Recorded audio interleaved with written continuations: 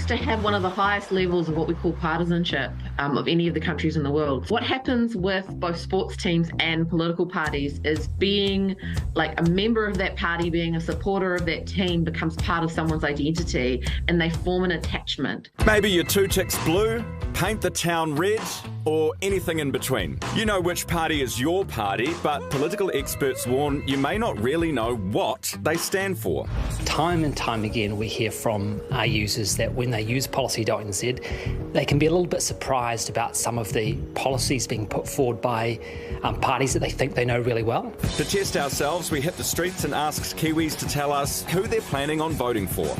Then we showed them key policies of 8 well-known parties. No names, just numbers. Can they pick out their party? National in my case this time around. National was 8. Require financial literacy in schools. Oh, that's Labour, isn't it? Yeah, I just realised from the vape one. Yeah, I have no effing idea actually. The Labour Party. Maybe 2. Well, is it 8? I would hope that most people vote on policy, but some people vote on personalities for sure. But, I mean, I think that's bullshit. Greens. 2. National. Number 8. I need to do some more research. I would still vote Labour. Maybe 8. 8 is Labour. Where is it? Nice to go. I'm voting for Labour. I actually prefer the Greens policies, but I just don't want National to get in. I'm going to go 1. So what is actually National? Oh, no. So just how well do you know your party? Policy.nz has a free and easy test to find out. Pick the policies and issues you believe in and see if you're really the match you think you are. And at the heart of it, there's no magic algorithm. All we do is the hard work, combing through all the press releases, the manifestos, and translating that all into plain language so voters can make up their minds for themselves. And if you haven't made up your mind, new technology like this can help. One of the other things is some people don't feel right going out and voting unless they've had the time and the knowledge to sit there and really think about their options.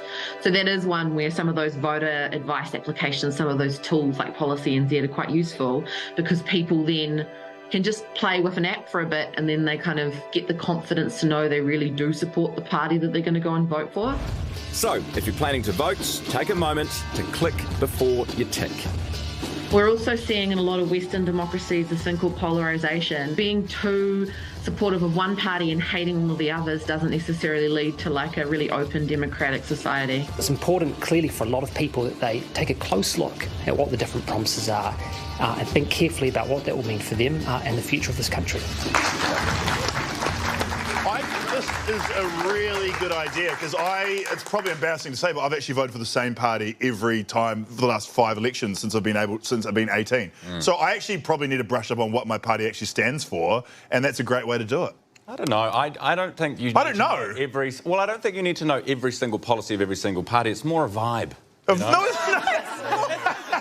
A little more of this or a little less of that. That's terrible advice. Just vote for your favourite colour. No. Vibe. I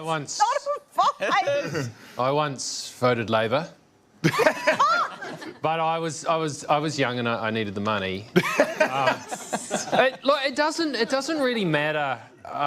You can have all the policy you want, but if you don't have the competence and the leadership ability to implement them with success, what does it matter?